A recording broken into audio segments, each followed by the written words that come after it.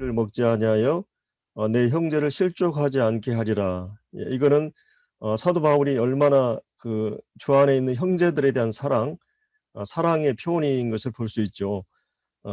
그래서 이제 오늘 그런 계속 그 연장선상에서 사실은 오늘 이 본문에서는 그가 이제 그 우상의 제물에 대한 문제를 8장, 9장, 10장에서 계속 얘기하는데 9장에서는 약간 각도를 달리해서 이제 이런 그 자기 사도권에 대한 그 어떤 변명이라 할까요? 이런 부분을 이렇게 얘기하게 됩니다. 물론 이제 자유라든지 권리를 이렇게 그 이제 절제하는 문제를 계속하고 있는데 우상의 제물에 관련된 주제하고는 좀 성격이 다른 이제 이런 부분을 오늘 본문에서 말해주고 있습니다. 그래서 이제 1절에 보면은 사도 바울이 이제 내가 자유인이 아니냐. 예, 사도 바울은 이제 진정한 영적 자유인이죠. 우리는 바울과 함께 모두 자유인들입니다. 사실 우리가 주님을 믿게 되면서 가장 우리에게 놀라운 것은 내가 진정으로 자유인이 되었다고 하는 것이죠. 뭔가 우리가 이제 주님을 알기 전에는 죄의 종로를 타고 마치 이거는 빚을 진 사람이 참 우리 형제님들도 사업을 하다 보면은 갑자기 이제 이렇게 이제 카드가 막 막히고 이러면서 또 제 동생도 그걸 이렇게 보면서 이게 막 그 후유증이 꽤 오래 가잖아요. 얼마나 그게 이제 빚이라고 하는 게 짐이 되고 사람을 괴롭게 하고 힘들게 하는지 모르는데 자 이런 그 이제 어떻게 보면은 저는 이제 100만 원 정도는 빚을 져본 적이 있는데 그 이상은 빚을 진 적이 없어요. 근데 가끔 우리 이제 사업하는 형제님들 갑자기 이제 본의 아니게 이제 이렇게 그 잘하려고 하는데 이제 빚이 져가지고 굉장히 힘들어하는 것들을 이제 내가 주변에 보면서 참 빚이라고 하는 게 참 힘들잖아요, 그게. 근데 이제 우리 그리스도 어떤 분이 이제 우리 인간이 진 빚은 얼마 정도 되느냐 했을 때 우리가 마태복음 18장에서 공부하면서 그 이제 우리가 용서받은 그 빚을 환산했을 때 한 17조가 된다고 그러잖아요. 그러니까 이거는 이제 우리 인간의 어떤 노력이나 어떤 그 실력으로는 도저히 갚을 수 없는 평생 그 이자도 갚을 수 없는 이 죄의 빚이라고 하는 것은 우리 스스로 어떻게 해결할 수 없는 이런 그 빚을 지고 사는 우리들에게 사실은 이제 그런 빚을 지면서도 내가 빚진 것도 모르고 또 내가 죄인인 것도 모르고 사는 것이 인생이잖아요. 근데 이제 이런 우리 인생에게 우리가 하나님 앞에서 얼마나 큰 죄의 빚을 지고 있는가를 깨닫게 하셨고 이것이 이제 우리 영혼을 두고 이 빚을 갚아야 되는 그 형벌 속에 들어가야 되는데 정말 하나님께서 이 예수님을 통해서 우리를 이 죄에서 완전하게 용서했다고 하는 이런 그 죄의 빚에서 우리가 완전하게 빚갚음을 받은 용서함을 받은 이런 그 이제 자유인이 되었어요. 진정한 자유인이 되었고 또 어떻게 보면 이제 시한부 인생을 사는 요즘 이제 일꾼들이 어떤 자면은 취장암 또 어떤 자면은 그 대장암 사기 어떤 분은 이제 그 뇌졸중으로 두 자매가 또 쓰러지고 또 어떤 경우는 이제 막 신부전증이 오고 자 이런 그 전국적으로 막 그 이제 밴드에 보면 기도 제목 긴급 기도 제목이 올라와 있는데 또 전국 성도들이 이를 위해서 기도하고 있는데 이런 그 우리가 뜻하지 않게 갑자기 우리 지체 가운데 하나가 이제 이렇게 잘못되면은 그걸로 인해서 참 힘들고 그런데 어떻게 보면 이제 시한부 인생의 선고를 받은 경우도 있고 얼마나 인생이 참 얼마 남지 않았다고 하는 물론 이제 그리스도인들은 죄나 죽음에서 자유로우니까 좀 더 다르지만은 그러나 시한부 인생을 살고 있는 그런 사람들에게 이게 정말 이 질병을 치유할 수 있다고 하는 또 치유되었다고 하는 이런 것이 있다면 얼마나 우리에게 진정한 자유가 주어지겠어요. 하여튼 이런 그 정치적으로 독재 정권, 공산치하 일제시대 때 가끔 우리가 이제 영화를 보면 그 시대에 얼마나 우리 민족들이 참 고통을 당하고 이 수탈과 학대를 당했는가를 우리가 볼 수 있는데 자, 이런 그 정치적인 자유에서도 우리가 자유를 생각할 수 있는데 또 가난해서 또 이제 우리가 율법에 멍해서 우리는 이제 구원받고 나서 영적인 자유인이 되었어요. 이제 하나님과 관계에서 근본적으로 시간을 두고 영혼을 해결했고 또 이제 우리는 이 근본적인 이 죄의 문제를, 영혼의 문제를 해결한 자유인들입니다. 그래서 사도 바울은 자기는 이제 정말 진정한 자유인으로 이제 얘기를 하죠. 진리를 알게 되고 우리는 진정한 자유를 얻게 되고, 또 이제 사도 바울은 내가 이제 사도가 아니냐 이렇게 말하고 있어요. 사도. 이 사도라는 말은 물론 이제 좁은 의미에서 열두 사도 혹은 사도 바울을 포함해서 좁은 의미에서 이제 엄격한 사도들이 있어요.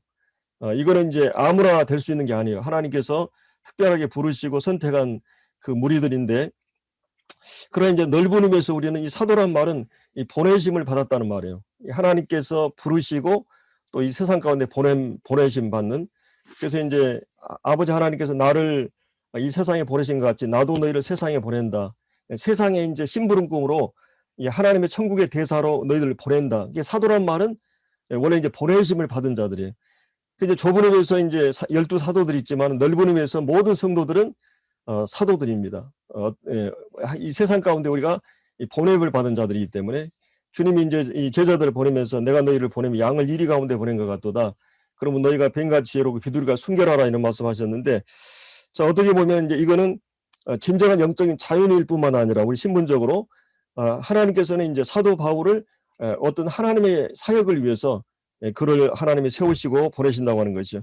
여러분, 이 세상 가운데 가장 영광스러운 일이 무엇입니까? 가장 보람되고 가치 있는 일이 무엇이에요? 그것은 우리가 하나님을 위해서 일할 수 있다고 하는 거예요. 하나님의 일꾼으로 부르심을 받은, 우리가 잘 아는 이제 미국의 카터 대통령이나 또 존 워너메이커, 이 백화점 왕이었던 이런 사람들은 뭐 국가의 어떤 재무장관, 대통령 이런 대단한 직분을 가지고 일을 하면서도 그 자기 교회 주일학교 선생으로서 그 대통령 위치에서도 계속 그 일을 합니다. 그러니까 아주 이제 시골까지 가가지고, 그래서 이제 이런 것들을 보면서 우리가 하나님 앞에서 내가 교회 안에서 하나님을 위해서 어떤 직분을 맡고 있다고 하는 거, 이게 굉장히 영광스러운 일이고 가치 있는 일이라고 하는 거죠.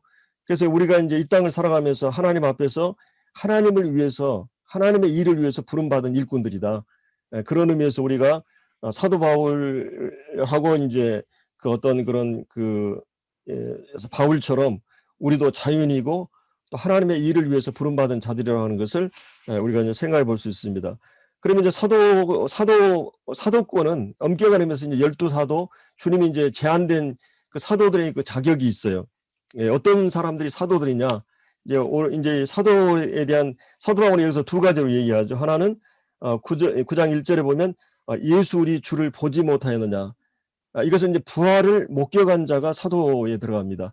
그러니까 이제 주님께 직접 부름을 받아서 또 주님께 직접 배움을 받은, 가르침을 받는 12사도들은 이제 그렇게 했잖아요. 그리고 가룟 유다가 주님을 배신해 가지고 이제 마띠아를 대신해서 이제 선택했는데, 이렇게 사도들은 이제 엄격한 의미에서 주님께 직접 부름 받았고 3년 반 동안 주님께 직접 배운 사람들이에요.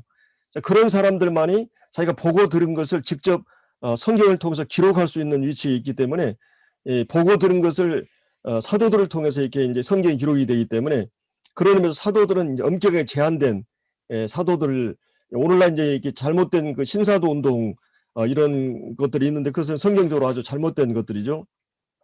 근데 이제 사도들은 주님을 직접 부활을 목격한 사람, 주님께 직접 부름을 받고 보냄받는 12사도로, 이제 우리가 12사도 가운데 이 사도 바울은 제외가 되잖아요.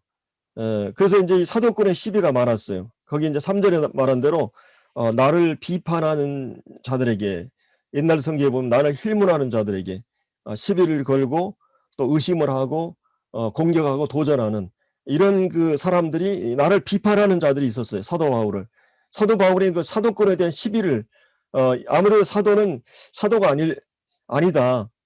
이런 그 시비거리를 가지고 있었습니다. 사실은 일꾼들에게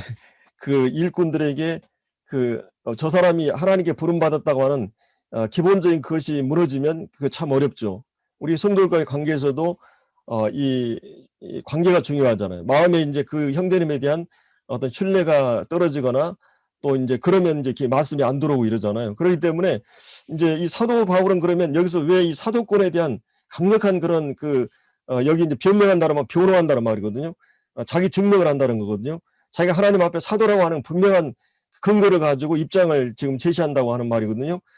그럼 왜 그게 중요하냐면 사도 바울이 개인적인 어떤 명예나 이해관계나 자기의 이익을 위해서 그런 게 아니라 만약 사도권이 무너지면 그가 전한 복음이 무너지고 그다음에 그가 기록한 모든 성경이 권위를 잃어버려요.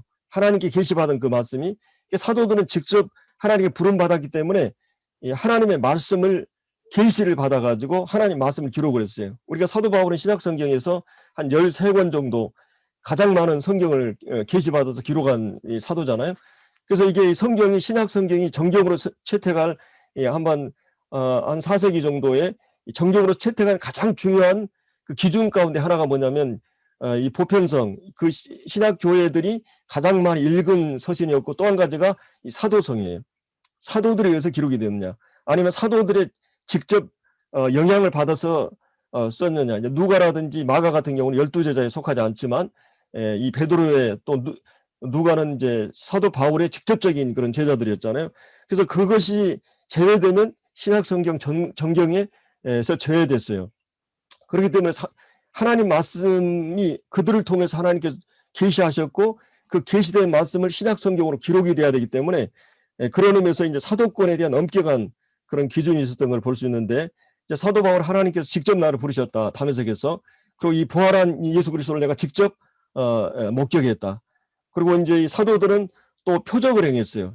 예수님께서 하나님 아들 되심을 표적을 통해서 메시아 되심을 증거하셨듯이 그 하나님께서 보내신 사람이라는 어떤 그 증거가 뭐냐면 이 하나님의 권능을 그들 가운데 표적으로 드러내셨어요. 그래서 이제 예수님이 하나님 말씀의 권위 때문에 그 표적이 필요했듯이 바로 이제 사도들에게도 그거를 표적을 하러 가셨어요. 여러분 이제 사도행전을 보거나 또 이제 사도 바울의 생애에 보면은 전도여행 때 주님께서 그런 기적들을 행하시도록 표적을 이렇게 주시기도 하고 이제 이런 것들은 이제 우리가 이제 볼 수가 있습니다. 그리고 이제 사도권의 가장 확실한 증거 가운데 하나는 9장 2절에 나오는 9장 1절에 나왔던 예수 우리 주를 보지 못하였느냐 주 안에서 행한 나의 일이 너희가 아니냐 내가 복음 전해서 너희들이 구원받지 않았느냐 그러니까 하나님이 나를 통해서 나를 사용하셔서 이 교회가 형성이 되고 구원받은 열매들이 나타나는 것 그러니까 하나님의 일꾼 하나님께서 보내신 받은 가장 확실한 그 증거는 뭐냐면 열매예요. 아무리 자기가 뭐 내가 하나님의 일꾼이요 하나님의 사도요 이런다 할지라도 그 사람을 통해서 구원받은 열매가 없다.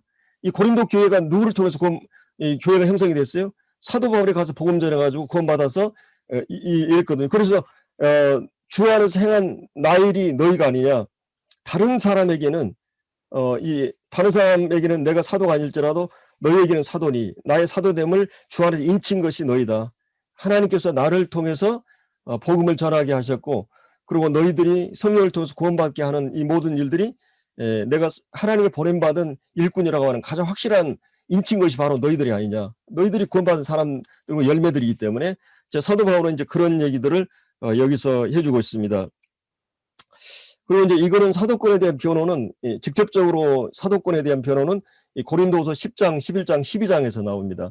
이제 거기서 이제 자세하게 사도권에 대한 변호가 나오기 때문에 뭐 한 1년 후에 그것을 이제 자세하게 이제 나오지만 그 중에 하나가 뭐냐면은 그 이제 사도권의 가장 확실한 증거는 주님의 마음을 가지고 그 일을 하는 것이에요. 그러니까 이제 이거는 제가 이제 아베의 마음 그 부모의 마음을 가지고 일하는 것처럼 내가 이해관계나 어떤 걸 해서 내가 이제 자식을 버릴 수 없잖아요. 그리고 이제 이 자식들은 어떤 일에도 포기하지 않고 그리고 그들이 완전하게 성장하고 독립할 때까지 부모는 그들을 뒷바라지하고 철저하게 그들이 스스로 설 때까지 그들을 키우고 양육하는 일을 하는데 사도권의 가장 확실한 증거를 이 고린도후서 11장에서 사도 바울이 그런 얘기를 하죠. 그런 많은 고난을 받습니다. 이 복음 때문에 교회를 개척하는 일 과정에서 뭐 이 매를 수없이 맞고 태장으로 맞고 돌에 맞고 뭐 강의 위험, 강도의 위험은 이런 여러 얘기를 하면서 그러면서 이 교회를 향한 거룩한 염려가 그에게 있었어요. 이것이 이제 부모의 마음이고 그러면서 누가 약하면 내가 약해지지 않더냐 누가 실족하게 하면 애타하지 않더냐 그 양들에 대한 애절한 진정한 애절함이 있는 것 그 사람의 입장과 편에 서서 이렇게 이제 항상 교회를 위한 거룩한 염려, 이 부모의 마음으로 항상 그 마음을 가지고 있었어요. 이게 이제 일꾼의 중요한 자질이죠. 그래서 이제 이렇게 이제 하나님께 직접 이 복음을 계시를 받았고, 이 고린도전서에 보면 내가 주께 받은 거다, 이게 주님께 계시 받았다, 이런 말씀이 이 만찬에 대해서도 그렇고 쭉 그런 얘기인데 많이 나오는 걸 볼 수 있습니다. 그리고 이제 부활을 실제 목격하고 표적을 많이 행하는 이런 과정들을 보면서 사도 바울이 이제 한 6, 7가지의 사도로서의 자격을 이렇게 쭉 그 이제 얘기하는 걸 볼 수 있습니다. 자, 그러면서 그 이제 사도 바울이 이제 3절에 나오는 비판받은 내용이 뭐냐면은 이제 한 서너 가지가 돼요. 그게 가운데 하나가 이제 이 4절에 나오는 먹고 마실 권이 없겠느냐. 이거는 8장에서 나왔던 우상의 제물에 대해서 그런 얼마든지 자유를 행사할 수 있었어요. 그런 그 우상을 제물에 먹을 수도 있고 그런 자유가 있었지만 그걸 행사하지 않았어요. 왜 그렇습니까? 그러니까 이제 공경하는 사람들 입장에서는 이 우상 실제 하지 않고 우상은 우리가 이 제물에 대해서 얼마든지 자유롭게 먹을 수 있는데 왜 사도 바울은 못 먹느냐? 그런 믿음도 안 되느냐? 우상이 실제한다는 걸 믿는 거냐? 이런 식에서 시비를 건 거죠. 사도 바울은 그런 권리가 있지만은 행사하지 않았다고 하는 거예요. 그거에 대한 이제 공격을 하는 거거든요. 그런데 5절을 보면은 이제 다른 사도들과 주의 형제 게바, 이제 베드로죠. 믿음의 자매된 아내를 데리고 다닐 권위 없겠는데, 이거는 이제 결혼에 대한 문제. 우리가 7장에서 나왔던 우리가 결혼할 수도 있고 안 할 수도 있는데, 바울은 복음을 위해서, 또 하나님이 그에게 은사를 주셨지만은 그 이제 복음을 위해서 그가 계속해서 순회 사역을 하고 너무나 이게 결혼 생활 자체가 어려운 그런 사역이었기 때문에 특별하게 그거는 결혼하지 않았거든요. 그래서 그런 것 때문에 또 시비를 걸 수가 있어요. 이런 부분에. 근데 이제 내가 그런 권리가 있었지만 사용하지 않았다. 또 어떤 경우는 사도 바울이 이제 재정적으로 공급을 받지 않았어요. 재정적으로. 이렇게 이제 그런 자비랑을 했거든요. 자기가 돈을 벌어서 복음을 전하고, 그래서 그렇기 때문에 이제 또 그 문제로 시비를 거는 거예요. 예. 그러니까 돈을 받아도 문제가 되고, 돈을 안 받아도 문제가 되는데, 여하튼 이 사도 바울은 그 문제 때문에. 그리고 이제 또 한 가지는 이방인들에게 할 때, 복음 전할 때는 이랬다 그러고, 또 유대인들한테 복음 전할 때는 이랬다 그러고, 그래서 많은 사람들이 막 지조가 없다, 일관성이 없다. 이 사도 바울이 왜 이렇게 이제 이방인들한테는 이렇게 복음 전하고, 이 유대인들한테 또 율법 있는 자처럼 이렇게 전하고 이러느냐. 그래서 그 부분에 대해서는 이제 9장 후반부에서 왜 그가 그렇게 했는가를 이제 쭉 설명을 합니다. 이제 오늘 거기에 대해서는 이제 쭉 설명할 수 없겠고요. 그래서 이제 사도 바울이 이런 그 신랄한 공격에 대해서 사도 바울이 이제 얘기를 하는데, 거기 이제 그 이제 5절, 6절에 보면 어찌 나와 바나바만 일하지 아니할 권리가 없겠느냐. 그러면서 이제 일꾼이 이제 복음을 위해서 사는 일꾼들, 이게 이제 이런 경우는 이제 좀 그 전심 사역자라고 할 수 있죠. 이게 이제 물론 이제 그런 말은 성경에 없지만은 하나님께서 이제 이 홀타임 워커로 이게 시간을 다 들여서 직업적으로 이렇게 이제 사역을 하는 이런 사역자의 를 얘기하는 거예요. 여기서 사도 바울이 얘기하는 그런 일꾼들은 이제 전임 사역자라고 할 수 있죠. 그 사역자의 자질 가운데 하나는 하나님께 분명하게 부름을 받은 사람들이죠. 어떤 개척이나 선교나 어떤 사역을 위해서 하나님께서 특별하게 하나님이 이제 부르신 그 일을 아니면 손이 잡히지 않고 그 일을 하지 않으면 안 되는, 그래서 계속 그런 평생 그런 부담을 갖고 하나님 부름받은 이 소명이 있어야 되고, 또 한 가지는 하나님께서 그 소명을 위해서 항상 능력을 주시잖아요. 은사를. 그래서 그런 은사가 있고, 그리고 이제 이 성도들 유익하게 하고 또 영적인 어떤 열매들이 나타나고 그 은사를 통해서, 그리고 무엇보다 이제 교회가 그들을 인정하는, 그들의 삶이나 그들의 어떤 사역일에 대해서 신뢰하고 인정하는, 자, 이런 할 수 있는 이런, 이제 우리 이제 요주교회는 제가 개인적으로 이제 일을 하고 있고 또 이제 지금까지 해오고 있습니다만은 앞으로 이 요주 사역을 위해서, 요주교회 사역을 위해서는 이러한 분명한 어떤 하나님 부르심이나 은사의 확실한 어떤 열매들이나 또 혹은 이제 교회가 그들을 인정하는 이런 과정을 통해서 이렇게 이제 제가 생각할 때는 한 50명이면 전임 사역자가 필요하고, 또 이제 100명 성도가 넘으면 이제 이렇게 한 50명 관리하기 딱 좋은 그런 전임 사역자. 물론 이제 사역이 굉장히 많이 달라지긴 하지만은 이렇게 이제 하나님 부름받은 이 사역을 사역자들을 얘기하는 것입니다.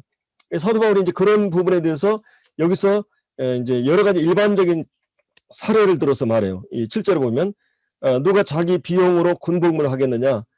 국가의 어떤 군인들은 국가에서 이제 무기라든지 먹을 것 모든 것을 국가에서 대줍니다. 국가를 위해서 일하기 때문에 국가가 그를 불렀기 때문에 자, 이 자기 비용으로 군복무를 하겠느냐?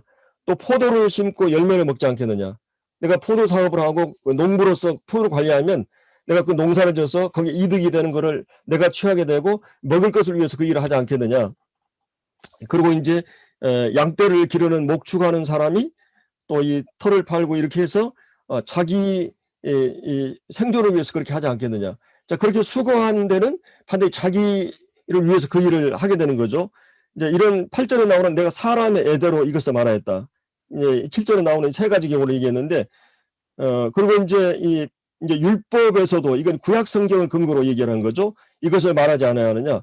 모세의 율법에 곡식을 밟아 떠는 소에게 망을 씌우지 말라 하였나니, 원래 이제 이 소가 일할 때는 망을 씌우잖아요. 그 일이 끝나면 어떻게 돼요? 계속 망을 씌우지 않죠. 먹을 것을 주고. 그래서 이제 구약 이제 신명기 25장인가 나오는 말씀을 이용하고 있는데, 자, 기록하셨으니 하나님께서 어찌 소들을 위하여 염려하심이냐. 지금 소들을 두고 말하는 거냐. 그러면서 10절에 나오는 오로지 우리를 위하여 이제 하나님의 일을 위하여 일하는 말씀이 아니냐 하면서 과연 우리를 위하여 기록된 것이니 밭가는 자는 소말 가지고 갈며 곡식 떠는 자는 함께 얻는 소말 가지고 떠는 것이니라.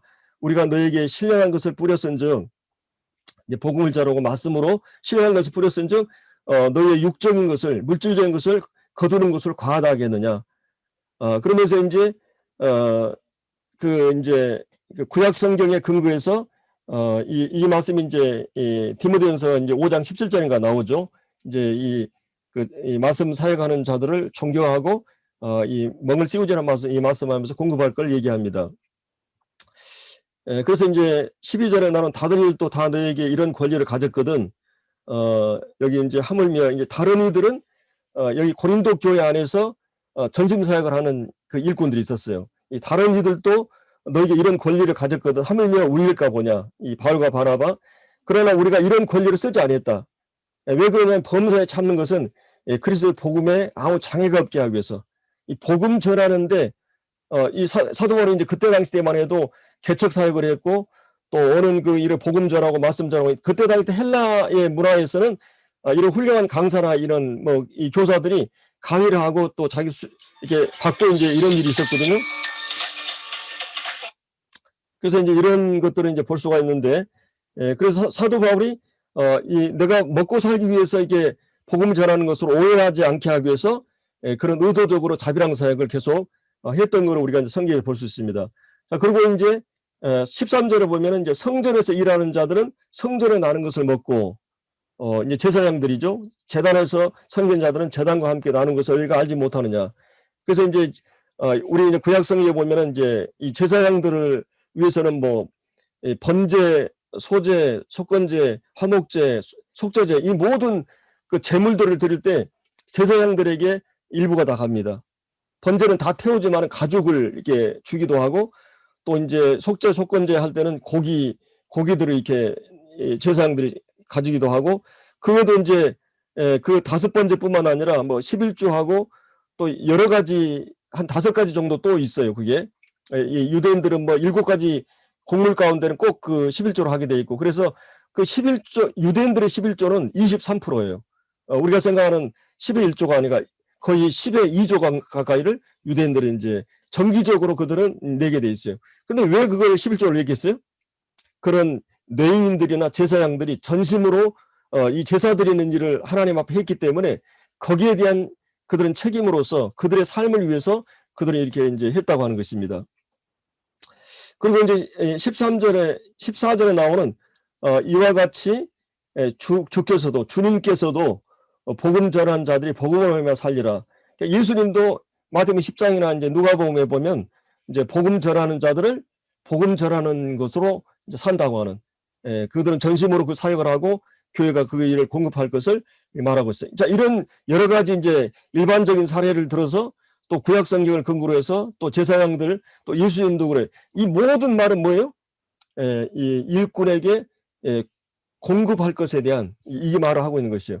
특별히 이제 우리 모임은 전국적으로 보면 이제 이 교계 전체적으로 봤을 때 이런 그 경제적인 지원이 가장 잘 안 되는 그런 부분이 있습니다. 물론 이제 여러 가지 지금 사도 바울이 자비랑하고 또 우리 초기 형제들이 전심으로 사역을 주님만 의지하고 한다는 그런 것 때문에 이런 부분에서 잘 체계가 안 잡혀 있어요. 그래서 제가 이제 이번에 이제 GNTV 고린도서 강의를 쭉 형제님들 이렇게 참고로 한번 들어봤는데 지금 교사들은 달라요. 이거는 분명히 교회가 공급해야 된다. 이런 부분에 대해서 얼마나 해야 되느냐, 어떻게 해야 되느냐. 이거는 이제 교회마다 다 다르지만 또 저희 이제 여주교회는 규모가 작지만은 다른 모임에 비해서 비교적 헌금이 많이 나오고 또 다른 모임에 비해서 일꾼에 대해서 최소한의 이렇게 지금 적정하게 저는 과분화 정도로 공급을 받고 있기 때문에 제가 절절한 그런 친구들이 한 10여 명 사역을 하고 있고 또 전국적으로 이렇게 보면은 거의 한 그 200개의 교회 가운데 거의 뭐 한 10% 정도, 10%, 20% 정도 이렇게 이제 자립이 되는 교회예요. 이 교회가 뭐 100명, 200명 돼야만이 재정적으로나 일꾼 이렇게 되지만 다수는 거의 한 제가 알기로 한 50%는 뭐 그냥 조금씩 이렇게 공급을 하고 또 그 외에는 한 반 정도는 그냥 일꾼 장로들이 서로 자기 일을 하면서 교회를 운영해가는. 자, 그런데 이제 그것이 결과적으로 봤을 때 이 교회를 살찌게 하느냐? 그건 아니에요. 일꾼을 잘 안정되게 먹이고 공급해야만이 거기서 꼴이 나오고 또 성도들이 양들이 살을 찌게 돼 있어요. 근데 이제 이런 부분에 있어서 우리 선배들이 너무나 이렇게 일부의 가르침을 이렇게 가르치다 보니까 이렇게 이제 굉장히 영적인 부흥에 있어서도 문제가 오고 이런 어려움들을 이제 겪게 된 걸 볼 수 있습니다. 그래서 이제 여기서 이제 이런 이 부분은 그러면 이제 사역자들은 어떤 자세로 일해야 되느냐? 사역자들은 거기 이제 9장 12절에 있는 대로 이런 권리를 쓰지 않았다. 이런 얘기고 15절에서도 내가 이것을 하나도 이런 권리를 쓰지 않았다. 이런 그 재정 지원에 대해서 이 권리를 포기하고 그리고 이제 교회가 재정이 어려울 때는 일꾼들은 기꺼이 자기를 포기할 줄. 우리는 이제 이 IMF 되니까 또 성도들이 막 한 3분의 1 나가버린 적이 있었잖아. 한 20년 되고 나서 굉장히 교회가 이게 부흥을 하다가 이제 그런 경우가 있었는데 그러다 보니까 제가 그때 제가 알기로 한 120만 원인가 교재비를 줬는데 제가 80만 원으로 깎으라 그랬어요. 재정적으로 이게 한 3분의 1이 재정이 줄어드니까. 그래서 제가 30년 사역을 해오면서 한 번이라도 제가 강단에서나 개인적으로 재정을 좀 올려달라는 이런 일을 한 적 없어요. 제가 참 20년 전인가 이 교회 개척을 하고 나서 한 10년 지나고 재정을 이제 처음 그 제가 30만 원인가 받은 적이 있거든요. 그때 아마 이제 어떤 형제님이 이제 재정을 보면서 제가 하지 말라고 그러니까 이제 이거는 형님이 타치하면 안 된다. 이거는 교회가 하는 일이기 때문에. 그래서 제가 송찬 형님마다 전화해가지고 형님 제가 교회가 재정도 열악하고 지금 이러는데 그러더니 섬기는 법을 배우게 하라고 허락하라고 그러더라고요. 그래서 제가 이제 그때부터 20년 전부터 제가 조금씩 이렇게 이제 받아왔고 제가 평택 가려고 했을 때 이제 처음으로 제가 교재비를 이렇게 책정을 해서 교재비 나온 교재비를 받고 있는데 사실은 제가 한편으로 이제 부담이 됐지만은 그러나 그 전까지만 해도 굉장히 열악한 이 환경이었고 또 제가 한 번이라도 그런 부분에 섭섭하고 서운한 적이 없어요. 이 교회 형편에 따라서 하는 부분에 대해서 그렇기 때문에 이제 이 모임의 형제들이 일반적으로 다 그러잖아요. 어떤 교파에서는 막 1년만 지나면 막 연말에 막 치열한 싸움이 있다고 그래요. 그거 올려달라고 이렇게. 그러나 이제 모임에서는 그런 그 돈을 목적으로 해서 어떤 사역을 하는 게 아니기 때문에 우리는 영혼들을 얻는 그 보상을 가장 큰 것으로 알기 때문에 그런 그 차원과 좀 다르죠. 사도 바울이 이제 9장 15절에 나온 대로 내가 이것을 하나도 쓰지 않은 것은 이 말을 쓰는 것은 내가 이가 차여 달라는 것이 아니라 사도 바울이 내가 차라리 죽을지언정 이 일꾼들은 내가 굶어 죽을지언정 이 자기 필요를 교회에 요구하면 안 됩니다. 물론 교회에서는 주님 앞에서 교회가 일꾼에 대해서 살려는 해야 돼요. 정말 공식적으로 세워지고 그런 일을 하는 형제들에 대해서는 그 부분에 대해서는 제가 가르치고 싶어요. 그런 일꾼들이 그걸 알아서 해야 되는 부분이지만 그러나 일꾼들의 입장에서는 그런 걸 요구하거나 기대하면 안 되는 거예요. 하나님이 허락하신 그 부분에 대해서. 그리고 이제 뭐 그런 공급이 없어도 끝까지 우리가 충성할 수 있는 거는 우리가 이 하나님의 부름받은 사명을 받았기 때문에 그 일을 하는 것이 이제 일꾼의 입장에서는 그런 태도를 가져야 되고, 이제 이 성도들은 이 일꾼에 대해서 어떤 태도를 가져야 되느냐, 하나님은 어떤 책임을 가져야 되느냐 했을 때 우리가 이제 데살로니가전서 보면은 그리고 수고하고 너희들의 예수는 자들을 인정하고 그들을 알아달라는 그런 말씀이 있고, 그리고 이제 또 한 가지 갈라디아에서 보면 가르침 받는 자와 함께 좋은 것을 함께 하라는 그런 말씀이 있죠. 그리고 이제 디모데서에 보면은 이 성도들의 쓸 것을, 이게 일꾼을 쓸 것을 채워달라는 그런 물질 공급에 대한 그런 부분이 성경에 나오고 있습니다. 하여튼 이런 부분에 있어서 이제 교회가 이제 교회가 해야 될 일과 일꾼이 또 주님 앞에서 어떤 자세를 가져야 되느냐, 이런 것들은 주님 앞에서 우리가 이제 말씀에 나온 대로 우리가 따르면 되고, 그래서 이제 이런 사도 바울이 이제 권리 행사하지 않는 부분을 여기서 이제 얘기해 주고 있습니다. 자, 그러면 이제 사도 바울이 이렇게 자기가 이제 이런 권리를 사용하지 않는 그런 그 이유들을 여기서 이제 뭐라고 그랬어요?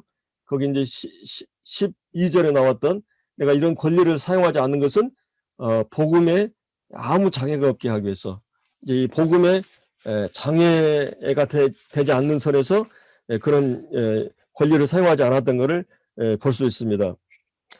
자, 그러면 이제 복음에 장애가 되는 것이 무엇일까요? 이 복음의 영향을 방해하는 장애 요소, 이 부흥의 길목에 흔히 존재하는 장애 요소가 무엇일까? 우리가 몇 가지로 생각해 볼 수 있는데, 한 가지는 이제 복음의 가치나 중요성에 대한 인식이 부족할 때 그게 복음의 장애가 됩니다.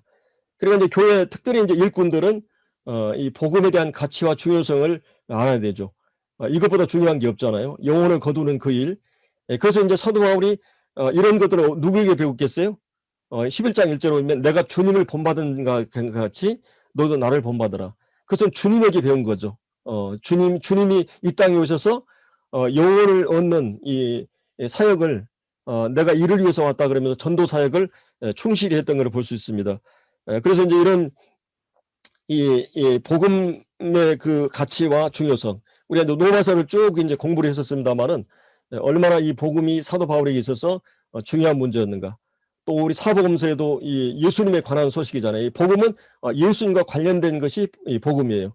그래서 이 복음에 대해서 이 복음의 가치와 중요성을 우리가 소홀히 하게 될 때 우리가 이제 복음의 장애가 될 수 있습니다. 과연 지금 이제 우리 코로나 시대로 우리가 이제 사람들 접촉하지 못하고 구두자를 만나지 못하니까 자, 우리가 답답하잖아요. 또 무기력감을 느끼고 뭔가 성도들이 막 이렇게 만남으로써 막 힘을 얻고 이러는데 이게 참 모든 성도들에게 지금 힘들어요. 그래서 막 삐지고 나오고 어떻게든 만나려고 그러는데 지금 다들 지금 한 2년 가까이 올해까지 지금 이게 참 저도 가끔 집에서 그냥 어떤 무력감을 느끼는 이게 사람을 만나야 되는데 이게 만나지 못하는 이런 것이 답답한 그런 것을 볼 수 있습니다. 그래서 이제 이 교회는 그런 방향을 가지고 이 복음의 가치와 중요성을 항상 인식하는 것이 필요하다. 이런 것을 그렇게 중요하게 생각하지 않는 그것이 복음의 장애가 될 수 있다고 하는 거예요. 그리고 이제 또 한 가지는 복음의 장애 요소들은 교회 안에 세상적인 정신이 들어올 때, 돈을 사랑하는 마음, 세속적인 지위나 명예에 마음이 기울어졌을 때 세상적인 즐거움을 사랑하고 유행적인 삶을 따르고 영구적인 것이 아닌 눈에 보이는 잠시적인 것에 마음을 기울이고 세상적인 정신이 복음 전도의 가장 큰 장애인으로 작용해요. 그래서 이런 세상이 교회에 스며들어올 때 세상 즐거움이 이 영적인 것보다 더 즐거워질 때 이 교회는 그게 가장 큰 복음을 소홀히 할 수밖에 없게 되죠. 그리고 또 한 가지는 이제 그리스도인들이 거룩한 책임의식이 결핍될 때 이 영적인 세상적인 염려로 인해서 영적으로 둔감해지는 그런 것이 영적으로 나태하고 이제 팔짱을 끼고 있는 이제 이럴 때 복음에 큰 장애가 될 수가 있습니다. 그리고 이제 교회 안에 어떤 중대한 범죄들이 용납될 때 우리가 이제 잘 아는 구약에 이제 여리고성에서 승리했지만 아이성에서 참패한 거는 이 아간의 범죄 때문이었죠. 이 아나니아 삽비라가 사도행전 5장에 보면 그의 범죄로 인해서 교회가 위기에 직면했던 것을 볼 수 있습니다. 교회가 우리가 아무도 모르는 이 교리적이나 도덕적인 범죄가 이 교회 안에 있을 때 영적인 역사가 없고 열매들이 나타나지 않을 수가 있어요. 그렇기 때문에 이런 부분에 있어서 정말 죄가 하나님의 거룩한 분이기 때문에 이런 죄들이 용납될 때 교회는 역사를 중단되게 됩니다. 그리고 이제 형제 사랑이 결핍될 때 무엇보다 중요한 게 이제 이 형제 사랑에 대한 문제죠. 일꾼들의 어떤 팀워크에 대한 문제, 서로 일꾼들 간에 서로 신뢰나 또 이런 서로 존중하고 이런 마음이 무너지거나 그럼 교회가 전체가 쪼개지게 되고 그리고 이 교회 안에 성도들 간에 성령이 하나 되게 하는 힘써 지키고 또 우리가 서로 사랑하는 이런 것들이 깨어질 때 이 교회가 이 복음을 소홀히 할 수밖에 없는 것을 이제 볼 수 있습니다. 그래서 이제 이런 여러 말씀을 통해서 사도 바울이 이제 여기 이제 15장에서 마지막 절까지는 이제 그가 이제 복음을 향한 그 열정에 대해서 쭉 말합니다. 얼마나 그가 사도 바울이 복음의 가치와 중요성을 두고 있는가. 그리고 이제 8장에서는 형제 사랑을 위해서 그가 모든 자유를 제한하고 절제하고 그리고 이제 여기서는 그가 누릴 수 있는 모든 권리를 왜 이렇게 지금 제한하고 이러느냐.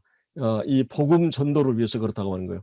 그렇다면 우리는 이제 이어주 교회는 과연 이런 복음을 위해서 어떤 태도로 지금 사용하고 있는가? 사도 바울이 그런 자유, 권리를 사용하지 않는 이유가 뭐냐? 그것은 지금 코로나 시대에 중요한 어떤 해법이나 어떤 약이 이런 생겼다면 이걸 전하지 않는다면 어떻겠어요? 근데 이거는 코로나하고는 비교할 수 없는 우리 영혼에 대한 문제, 이 죄에 대한 문제, 영적인 자유와 영혼을 얻는 문제에 대해서 교회가 소홀히 한다면 이건 안 되는 문제겠죠. 그리고 우리가 진짜와 가짜를 구분할 수 있는 건 뭐라 그랬어요? 그 열매로 한다 그랬어요. 열매가 최종적인 증거라고 하는 것을 우리가 이제 볼 수가 있습니다. 그리고 이제 일꾼의 가장 중요한 자질, 또 모든 성도들이 가져야 될 것은 주님의 마음, 또 이런 부모의 마음을 가지고 철저하게 부모는 자신을 위해 살지 않고 타인을 위해 살잖아요. 사랑은 남을 유익을 구하는 그런 일꾼의 가장 중요한 참된 목자상이죠. 그리고 이제 일꾼들은 복음 전하는 그 자체가 구원받은 그 열매들이 자체가 가장 큰 보상이고 자랑입니다. 그런 우리가 1년이 지나고 구원받은 역사가 없으면 일꾼은 가장 먹먹하고 답답해요.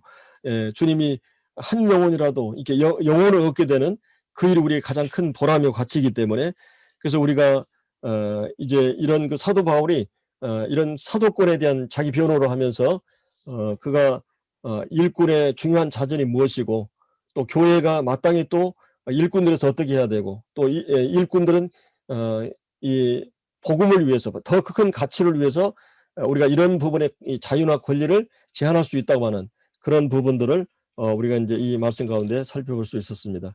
자, 우리 기도하고 마치겠습니다.